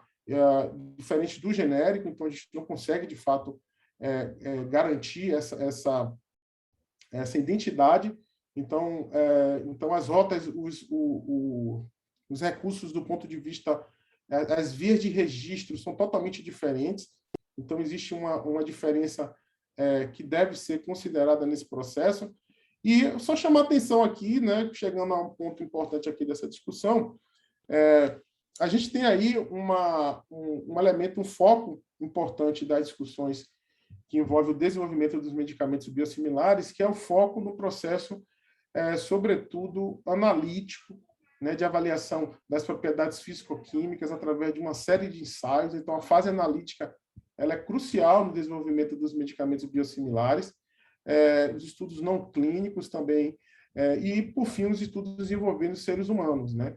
Então, aqui o foco, que para ficar um pouco mais claro para vocês, diferente do biológico originador, né, o foco do processo de desenvolvimento clínico de um medicamento biosimilar é principalmente a nível de caracterização molecular, né? Há um desenvolvimento clínico importante, né? Análise do ponto de vista PK/PD, farmacocinética e farmacodinâmica, mas a fase clínica ela é reduzida quando comparado, né, ao estudo clínico, aos estudos clínicos aí, pivotais de fase 3 dos biológicos originadores. E é bom chamar a atenção de uma questão crucial nessa discussão, que é o fato desse processo de desenvolvimento ele ser um processo que ainda assim é um processo acelerado, mas é um processo bastante demorado, né? E um processo que envolve um investimento grande de recursos. E é bom chamar a atenção disso. A gente vai falar, inclusive, eu não vou entrar aqui nessa discussão, porque a gente vai ter um módulo de farmacovigilância, ou melhor dizendo, de farmacoeconomia, a gente vai entender um pouquinho por que o custo de um biosimilar ele não tem o mesmo desconto, tá? Quando comparado ao genérico, por exemplo, né? A gente tem biosimilares que, de uma forma geral, quando comparado ao biológico de referência, o preço gira em torno de 40% mais em conta, mais barato, né? E a gente vai falar um pouco isso no modo de farmacoeconomia, mas entendendo que, ainda que esse processo de desenvolvimento seja, sobretudo, mais acelerado e com menos foco em etapas de fase clínica, que são as etapas que encarecem aí os estudos e que tornam os estudos mais demorados, a fase clínica dos biosimilares, elas basicamente muitos estudos de equivalência, de estudos de não inferioridade, mas ainda assim é um processo também demorado e isso talvez e custoso, e isso também acaba, na verdade, fazendo com que esses medicamentos eles cheguem no mercado com preço que não seja, com descontos que não sejam tão importantes, né, tão elevados como comparado, por exemplo, aos medicamentos genéricos. Então, o que eu queria mostrar nesse slide aqui, né, pessoal, só para concluir essa observação aqui, é que o processo de farmacovigilância, de vigilância após comercialização, é crucial tanto para um quanto para outro, né? Esse medicamento, após chegar no mercado, né? Por isso, a gente quer, inclusive, fazer essa discussão de farmacovigilância, Maili, um pouco nesse sentido, porque parece que a discussão de farmacovigilância só chegou a partir com a introdução dos biosimilares, né? A gente precisa entender que não faz sentido pós-comercialização somente para biosimilar, mas para todos os biológicos. Então, isso é uma discussão também que a gente quer fazer, discutir de que forma, na prática, o farmacêutico pode contribuir na monitorização e no uso seguro desses medicamentos no contexto da prática clínica. Eu queria só, para concluir aqui, então a gente está falando aí de um arsenal terapêutico, né, uma série de inovações, só para lembrar, a partir de 2015 que a gente passou a ter o primeiro biosimilar, depois você me corrige, Maili, se eu tiver ao contrário, né, disso aqui, mas assim, a gente tem uma inovação terapêutica relativamente, a introdução desses medicamentos, dos biosimilares, relativamente recente aqui no nosso mercado. É importante chamar a atenção que esses medicamentos vão estar cada vez mais presentes no cotidiano da prática clínica dos farmacêuticos, tá? Isso é importante, as discussões aqui, para não só a nível de pós-graduação, mas a nível de graduação. Então, cada vez mais, toda inovação terapêutica que está chegando aí no mercado está vindo através de terapêuticas biológicas, né? E que trazem e agregam a inovação terapêutica, alguns novos alvos terapêuticos. Isso é bem importante chamar atenção, porque eles representaram aí uma mudança crucial no manejo de uma série de doenças, principalmente doenças de cunho crônico degenerativas, como câncer, por exemplo, e algumas doenças autoimunes. É importante chamar a atenção que esses medicamentos, né, eles representam, os medicamentos biosimilares representam um avanço extraordinário, principalmente no que diz respeito ao acesso. A gente vai ter um módulo aqui de farmacoeconomia, a gente vai discutir um pouco do que é que representa esses medicamentos no sistema de saúde, considerando que a gente está no contexto aí de pandemia, de crise econômica. Então, a gente vai discutir um pouco, trazer dados de mundo real, né, do que é que essas incorporações de biosimilares têm agregado na prática e como o farmacêutico lida com isso na perspectiva, sobretudo, da gestão. Tá? Então, vamos discutir e enfatizar isso aqui. Bom, aqui estão as minhas informações de contato, né? Aqui eu já disponibilizei aqui algumas informações, mas eu queria até já tirar algumas dúvidas aqui do chat, viu? Todo o conteúdo científico desse programa de educação continuada, essas aulas gravadas, os módulos, os referenciais teóricos, os exercícios, pessoal, vão estar tudo no ambiente virtual de aprendizagem, nesse endereço aí, eu disponibilizei no chat. E a chave de inscrição para esse curso sobre o papel do farmacêutico nos relacionados biosimilares é PCFA 2021. Então, você entra lá, faz o seu cadastro. Eu já vi aqui que vários alunos entraram aí, se inscreveram, já estão tendo acesso à plataforma. Então, quem tiver alguma dúvida, pode mandar lá um e-mail para a gente, que a gente passa as instruções, tá ok? Então, essas são minhas considerações. Passo a palavra aí para a Maili e vamos abrir aí para algumas perguntas, né, Maili? Olá, parabéns, Charleson, pela apresentação. Acho que o curso vai ser muito produtivo, então acho que você, na verdade, já tirou várias dúvidas que as pessoas estavam colocando no site, porque teve aquela... A gente precisou fazer a inversão, né, por conta do professor Eduardo ter esse segundo compromisso, porque, na verdade, Charleson falaria antes dele para dar os conceitos e ele viria com o exemplo da enoxaparina. Mas, de qualquer forma, é sempre muito enriquecedor, né, a gente entender esses conceitos. Então, é importante a gente entender os conceitos, o conceito da produção do medicamento, da diferença, né, nesse processo de produção, da importância da farmacovigilância. Isso, com certeza, eu sempre digo, né, a gente não pode fazer farmacovigilância só do biosimilar, a gente tem que fazer farmacovigilância sempre. A gente tem que ter os dados do que acontecia com o medicamento originador e o que está acontecendo agora com os biosimilares. E a gente tem que lembrar também que alguns medicamentos biológicos, como, por exemplo, a insulina, o paciente vai usar a vida inteira. Então, uma criança, né, que tenha diabetes do tipo 1, insulino dependente, ela vai usar por 40 anos insulina. Então, e vai haver trocas, então é importante a gente entender esse conceito, né? Entender que em algumas doenças o uso não é prolongado, mas em outras doenças, em especial nas doenças crônicas, esse uso desses medicamentos é prolongado. Então, como a gente precisa e quanto é importante para a gente se apropriar desse conhecimento. Deixa eu ver aqui... mas que gostaram da inversão das salas, porque foi providencial para aguçar a curiosidade, com certeza, né? O doutor Eduardo é uma pessoa fantástica, é ótimo conversar com um médico que valoriza tanto o farmacêutico, que acha que o farmacêutico é tão importante, né? É muito dignificante para a gente enquanto farmacêutica, né? Então, a gente está recebendo aqui várias questões. Deixa eu ver se tem alguma outra questão. Várias pessoas te elogiando, que foi muito enriquecedor, então eu também acho. Deixa eu te fazer uma pergunta, então, Charleson.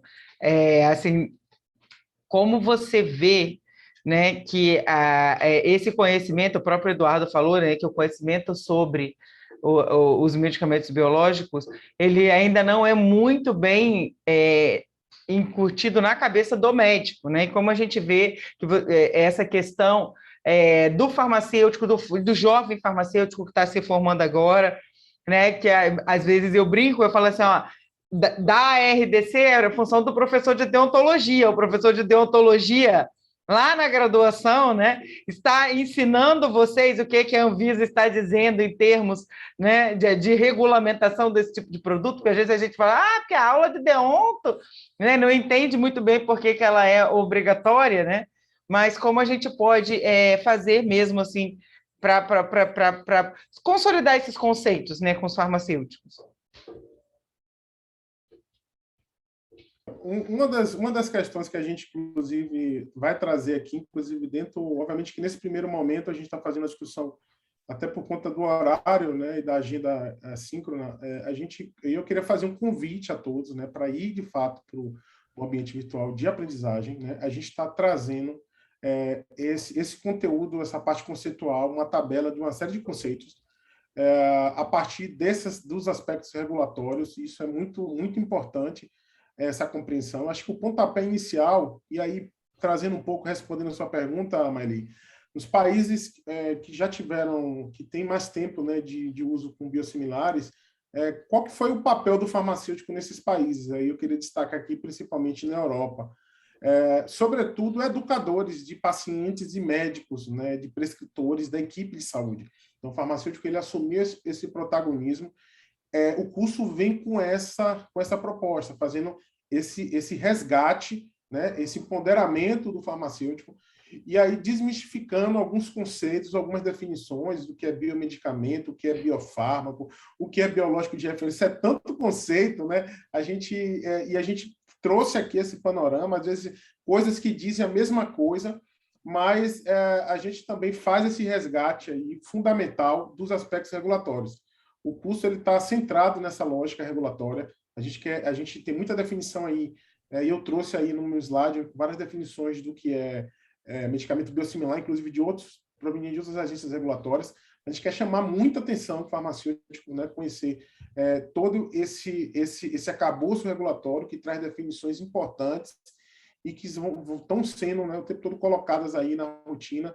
E é importante que vocês compreendam e passem isso adiante. Então, a mensagem que eu queria dar aqui, uma das mensagens que eu queria dar aqui, qual que é o papel do farmacêutico na promoção do uso racional de biosimilares? É sendo um educador de médicos, de pacientes, da equipe de saúde, explicando o que é que representa esses medicamentos. Como alguém colocou aqui no chat, não dá para dizer que um biológico, um biosimilar é a mesma coisa de um genérico, tá? A gente, no próximo módulo, a gente vai falar um pouco, a gente vai avançar um pouco nessa discussão. Vamos falar de intercambiabilidade, né, que é um tema que está, né, aí fervilhando nesse tempo, nessa discussão de intercambiabilidade do biológico de referência pelo biosimilar. Não sei se respondi sua pergunta, Meli. Ah, respondeu sim. Olha, gente, no chat tem uma pergunta para o Mafra. Mafra, tem uma pergunta aqui para você. Se em relação à Bion, se vocês produzem medicamentos biológicos inovadores ou se concentram na produção dos biosimilares? Olha, eu diria que, para responder perguntas, as insulinas, a história da insulina começou na Biobras, né? Foi descoberto pela própria Biobras. Hoje, de inovador, que a gente tem, mas não foi desenvolvido pela Beyoncé em parceria com uma empresa americana, a insulina inalatória. E aí tem outras situações para chegar. Como eu falei no início, falei muito rápido, mas o leronlimab, né, que é uma molécula que está sendo pesquisado, um estudo já de fase 3 em 76 centros para tratamento de Covid, e a ideia está expandindo isso. Então, não por acaso, por exemplo, a parceria com as vacinas também se deu por conta dessa fábrica que está novinha em folha, já aprovada pela Anvisa, que produz insulina e também vai poder produzir essa opção de vacina, né? Onde a gente está agora, está todo mundo discutindo de terceira dose, de booster e tudo mais. Então, a Bion saiu de um momento de um DNA exclusivo de diabetes e expandindo, sempre, obviamente, no mercado de biológicos, mas tentando trazer inovações. A principal delas hoje, que a gente trouxe, é exatamente a insulina inalatória, que chama a Afrezza, né? Não sei se eu respondi aí quem perguntou. Respondeu sim. Charleson, tem outra pergunta aqui para você. Você acredita que em uma resposta a processos judiciais de biomoléculas seja possível sugerir ao juiz a intercambiabilidade? Onde achar os estudos comparativos para comprovar a bioequivalência? Bom, é importante essa pergunta, a gente vai ter esse tema aí no próximo módulo, mas eu queria dizer assim que a Anvisa, a Agência Nacional de Vigilância Sanitária, ela trouxe, né, através de uma nota técnica, de que a decisão da intercambiabilidade está muito mais relacionada à prática clínica do que um status regulatório. Por que eu estou chamando a atenção disso? Né?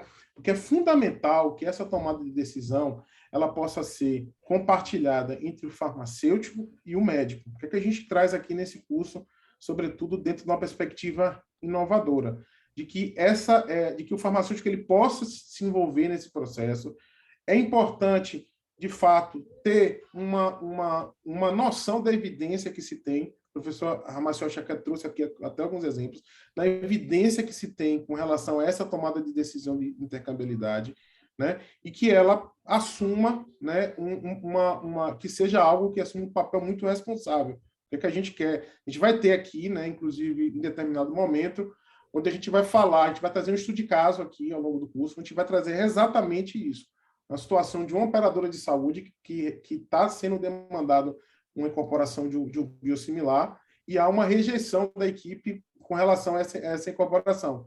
E aí a gente vai discutir um pouco esse processo de tomada de decisão. Mas eu queria ressaltar aqui que essa tomada de decisão ela está relacionada muito mais à prática clínica do que um status regulatório e de que o farmacêutico ele precisa estar envolvido nesse processo. Bom, deixa eu ver, tem o Luiz Cláudio Babo, aqui do Rio, dizendo que a Biobras sempre foi uma empresa parceira na área, né, do serviço público, ele trabalha aqui no Instituto de Diabetes, então aqui no Rio, né, no Instituto Estadual. Aí tem uma pergunta também do Marcos Correia, se existe uma marca padrão para identificar os medicamentos biosimilares. O Charleson pode responder, eu posso ajudar também. Pode falar, eu sei que você Não existe aquela questão como é do genérico, da embalagem, exatamente. Não tem. Na verdade, por serem biosimilares, eles têm nome de marca, né? Todos eles têm nome de marca, não pode ser vendido só como acontece com o genérico, com o nome do princípio ativo, né? Todos eles têm nome de marca. Né? E não existe uma questão na embalagem, mas existe sim no site da Anvisa, no registro do medicamento, e na bula consta a informação se ele é um medicamento biosimilar que foi desenvolvido pela via da comparabilidade. Então, se tiver aqui, a gente colocou uma linha do tempo de enoxaparina, mas a gente tem inúmeros outros. Então, existe sim no site da Anvisa e na bula a informação de que é um medicamento biosimilar, né, que foi registrado pela RDC 55 pela via da comparabilidade. Essa informação a gente acha na bula, mas não acha na caixa. Exatamente. Na caixa não tem. E a gente tem, só complementando a sua fala, Meli, a gente tem outra questão também muito importante. Alguns países têm alguns países, alguns sistemas regulatórios, agências regulatórias têm demandado alguns esforços, né, para fazer justamente uma harmonização do que seria essa definição, essa nomenclatura, né, de um biosimilar. Alguns até com a questão de adição de sufixo, diferenciador, a depender do fabricante. Mas aqui no Brasil, como a Maria, no início da fala dela aqui no curso, ela ressaltou muito, aqui no Brasil a gente tem a magnitude do problema talvez seja um pouco maior. Por quê? Porque aqui no Brasil, a gente, além de ter o biológico inovador, a gente tem o biosimilar e a gente tem o biológico editado pela via do desenvolvimento individual, né? Então, a gente vai falar isso aqui nos próximos módulos, isso, de fato, torna, de fato, a discussão um pouco mais complexa, né? Mas é muito importante que o farmacêutico ele saiba diferenciar qual medicamento que ele está trabalhando. Inclusive, na pergunta que a gente está fazendo, mano, a gente fez um inquérito aqui, no último curso, a gente já perguntou para os farmacêuticos aqui, num forte que a gente fez, né, porque se eles sabiam, né, já tinham trabalhado com biosimilar. E a gente teve muito farmacêutico que disse que não sabia, que disse que nunca tinha trabalhado com biosimilar. Então, é importante essa pergunta, acho que a pergunta foi chave nessa discussão. E o primeiro passo é saber com o que você está lidando, né? Então, isso é importante. Aí tem uma outra pergunta, que é: qual a sua opinião sobre as múltiplas trocas de biosimilar em um tratamento? Complexo, né? A gente falta estudo, né? A pergunta que foi feita anteriormente, né? Muita da decisão da intercambiabilidade está relacionado à disponibilidade, né? A tomada de decisão está relacionada à disponibilidade de evidência científica, né? Para essa tomada de decisão. Quando a gente fala de múltiplas trocas, aí a gente já entra numa zona bem cinzenta, né? Somente quando se trata de uma troca de um biosimilar por outro biosimilar, por exemplo, né? Então, é um tema desafiador aí, que requer aí um avanço mais importante para tentar entender a base científica de tudo isso, né? Então, vou dar um spoiler que eu vou falar disso na última aula, que é para o pessoal. A gente não pode esgotar todo o assunto do Exatamente. curso. Pessoal, a gente está aqui pensando para tanto que a gente vai também, porque a ideia é que a gente não quer esse volume de conteúdo agora, né? Porque dentro do processo de ensino-aprendizagem a gente sabe que é muito complexo, mas tenho certeza que a gente vai ter cada um desses pontos aqui que foram discutidos muito bem trabalhados dentro de cada um desses módulos, né? A Maeli já está ali se segurando, né, Maeli? Mas você vai falar na hora certa. Não, porque, na verdade, né, é um curso que foi construído com toda uma lógica, né, de ter o primeiro módulo, o segundo, o terceiro, até o quinto módulo, onde a gente vai, então, discutir a prática clínica. Então, mas é bom vocês já terem se apropriado desses conceitos. Não existe uma lista dos biosimilares, não é a mesma lógica do medicamento genérico. Assim, é preciso colocar isso na cabeça. Tem algumas pessoas que estão fazendo pergunta, mas não pode sintetizar? Não pode sintetizar. É um medicamento, como o nome está dizendo, biológico. Deixa eu dar um exemplo, que eu acho que, dentro do contexto da pandemia, ajuda muito. Vacinas. Né? As vacinas para Covid, que foi tão discutida. Essa vacina são tecnologias diferentes, são vacinas diferentes, produzidas em países, né, diferentes, com ensaios clínicos desenhados de forma diferente. Elas não podem ser comparadas. Então, elas são feitas pela via do desenvolvimento individual. Então, cada uma das indústrias que produziu vacina, seja por RNA, seja por vírus inativado, seja com proteína spike, com adenovírus, né? Cada uma desenvolveu a sua vacina, fez os seus testes e pediu permissão à Anvisa para a vacina ser registrada. E agora estão falando da dose de reforço, mas isso está acontecendo no momento. Assim, os estudos, né, devido à necessidade, né, por conta do grande número de óbitos, eles estão sendo desenvolvidos agora. Então, a gente está vivendo isso no mundo real. Né, mas isso são moléculas biológicas. O que a gente está falando aqui também são moléculas biológicas, só que já com uma história maior, né, já com um aprendizado. Então, que esse conceito vem sendo trazido. Isso não pode sintetizar, não tem a mesma lógica de registro de genérico e de similar, então não tem lista, isso não está disponível. Né? Isso está em cada um dos medicamentos, com a atualização do site da Anvisa, a gente consegue essa informação na bula e no site de qual foi a via utilizada para registro desses medicamentos.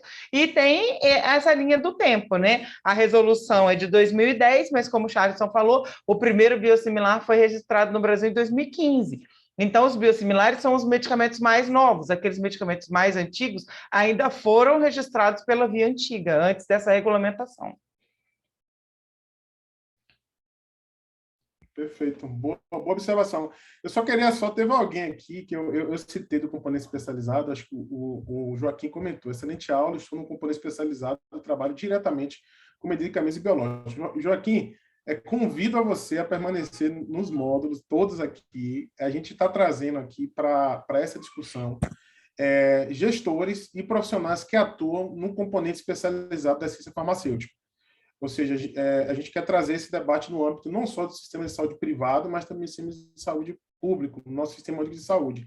Né? Ana Paula aqui também já disse que trabalha no CEAF. A gente vai trazer algumas experiências bem interessantes. Ou seja, o que é que o farmacêutico tem feito, o gestor e o farmacêutico que está na ponta, tem feito para promover o uso racional de medicamentos biosimilares, que com certeza, sem sombra de dúvidas, vai ser um dos principais arsenais terapêuticos nos próximos anos do componente especializado da ciência farmacêutica, e o profissional que atua nesse eixo aí tem que estar preparado para saber como lidar.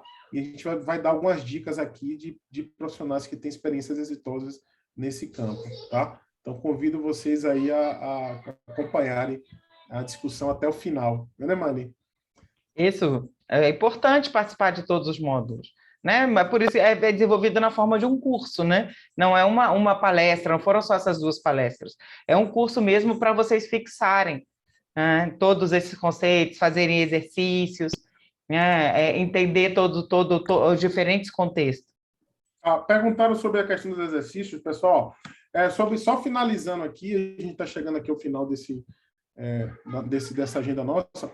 Só lembrando, pessoal, que as presenças, elas um componente, pelo menos 4 dos 5 webinars, é um componente importante de certificação, tá?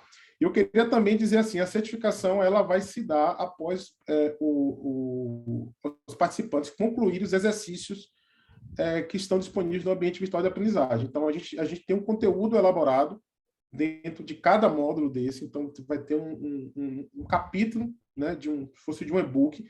Vocês, para responder os exercícios, vocês vão ter que fazer a leitura desse material, que foi feito cuidadosamente, um material elaborado por farmacêutico para farmacêuticos, tá bom? Então, eu convido vocês a fazer a leitura desse material para que vocês possam ter subsídios para responder os exercícios, tá? E que bom, Alain, gostei tanto do tema que vou estudar para fazer meu TCC. Parabéns, bela iniciativa. Essa é a ideia.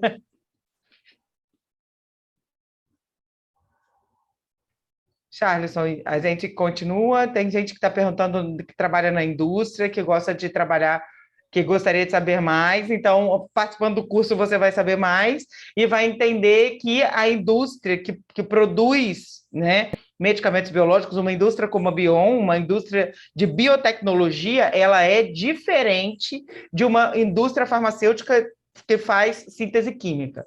Tudo é diferente, a fábrica é diferente, as exigências são diferentes, é bem diferente trabalhar com medicamentos biológicos do que trabalhar com medicamentos sintéticos.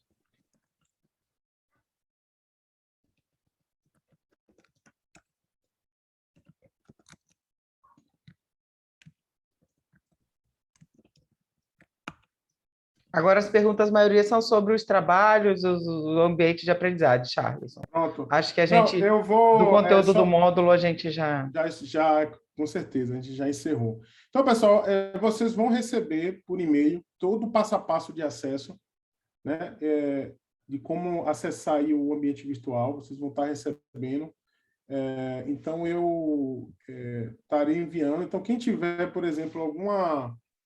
eu vou estar fornecendo aqui, a gente já está com mais de 200 inscritos aqui no ambiente virtual, já. Então, parabéns aí a todos e a todas que já aproveitaram aí o momento para poder fazer o cadastro. Então, vocês já podem ir lá acessar o ambiente, já ter acesso ao livro que a gente está disponibilizando, né, o e-book. E fizeram uma pergunta aí, vocês vão receber também por e-mail, né? Mas eu vou mandar aqui também no chat toda a lista de subtemas e palestrantes de cada módulo, tá? Então, quem quiser acessar, está aí também no chat, tá bom? Vocês também vão receber tudo isso por e-mail. Bom, eu acho que é isso, né, Meli? É isso, eu que agradeço a possibilidade de estar aqui com vocês. Maelissa, eu sou a fã, muito obrigada. Muito obrigada mesmo. Minha conselheira, viu? Mafra, o pessoal também está te agradecendo aí por falar da Bion, né? É importante as pessoas conhecerem as empresas brasileiras. Eu acho que a gente, né, tem que ter orgulho das empresas brasileiras. E eu só tenho a agradecer a possibilidade de estar aqui. Vou tentar acompanhar todas as aulas. Imagina, eu só quero o e-book também, tá, Charleson? Já vou vai receber. Inclusive, a gente vai ter no final do curso, todos vão receber a versão completa desse e-book. Então, a gente quer muito que vocês leiam o material, né, que possam dar feedback para a gente, para que a gente possa, inclusive, cada vez mais melhorar e isso ser um produto, inclusive, isso será um produto desse programa. Vocês vão receber a versão completa desse material no e-mail de vocês. Vai ser a entrega que a gente vai fazer carinhosa aí para vocês, para que vocês possam ter como referencial aí, inclusive, para o processo de trabalho de vocês aí, dentro do contexto da prática clínica. Quero só aproveitar para agradecer de novo ao INAF, sua figura aí, professor Charleston, Maeli, representando a SBRAF, esse apoio é fundamental, e agradecer principalmente a todos vocês aí pelo engajamento. Nessa hora aqui, a gente ainda tem mais de 400 pessoas conectadas, e espero, sinceramente, que esse engajamento vá até o módulo 5, né? Com certeza. Isso aí. E muitíssimo obrigado em nome da Bion de novo. Muito obrigada. Posso só uma pessoa já me perguntou umas 4 ou 5 vezes pela capecitabina, para eu falar antes de terminar. Capecitabina é um medicamento sintético, não é medicamento biológico, então segue a regra normal, né? Nós temos capecitabina xeloda, que é a referência, nós temos capecitabinas genéricas no mercado e capecitabinas similares, pela lógica do medicamento sintético, não é um medicamento biológico, tá bom? Bom, então a gente chegou ao final desse primeiro módulo do Programa de Educação Continuada sobre o papel do farmacêutico no uso racional de medicamentos biosimilares. Eu gostaria de agradecer aí, né, ao Instituto Nacional, na figura de Ciência Farmácia e Farmacologia, a figura do professor Lemberg, agradecer também a Associação do Curso de Pós-Graduação em Medicina e Saúde, na figura do professor Pablo Moura, que estará com a gente no próximo módulo, com certeza. Queria agradecer também ao PCFA, né, por esse apoio, e agradecer aqui a Bion, né, Mafra, parabéns pela iniciativa de apoiar, né, cientificamente esse curso.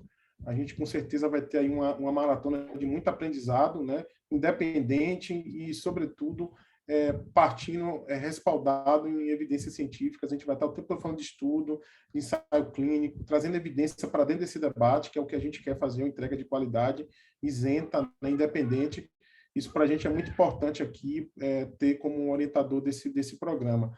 Tá? E eu queria agradecer também, em nome de Maili, do Leonardo e da atual presidente, da Sociedade Brasileira de Farmácia Hospitalar, por apoiar essa iniciativa, né? Então, esse apoio foi crucial para a gente poder incluir dentro dessa agenda os farmacêuticos hospitalares e, com certeza, vai ser um avanço importante aí, né, para a sociedade, né, e para todos aí envolvidos, tá bom? Então, um abraço aí a todos e a todas e até o próximo módulo. Até, boa noite, muito obrigado. Contem com a Bion. Valeu. Boa noite, muito obrigada a todos que estavam aqui com a gente. Boa noite.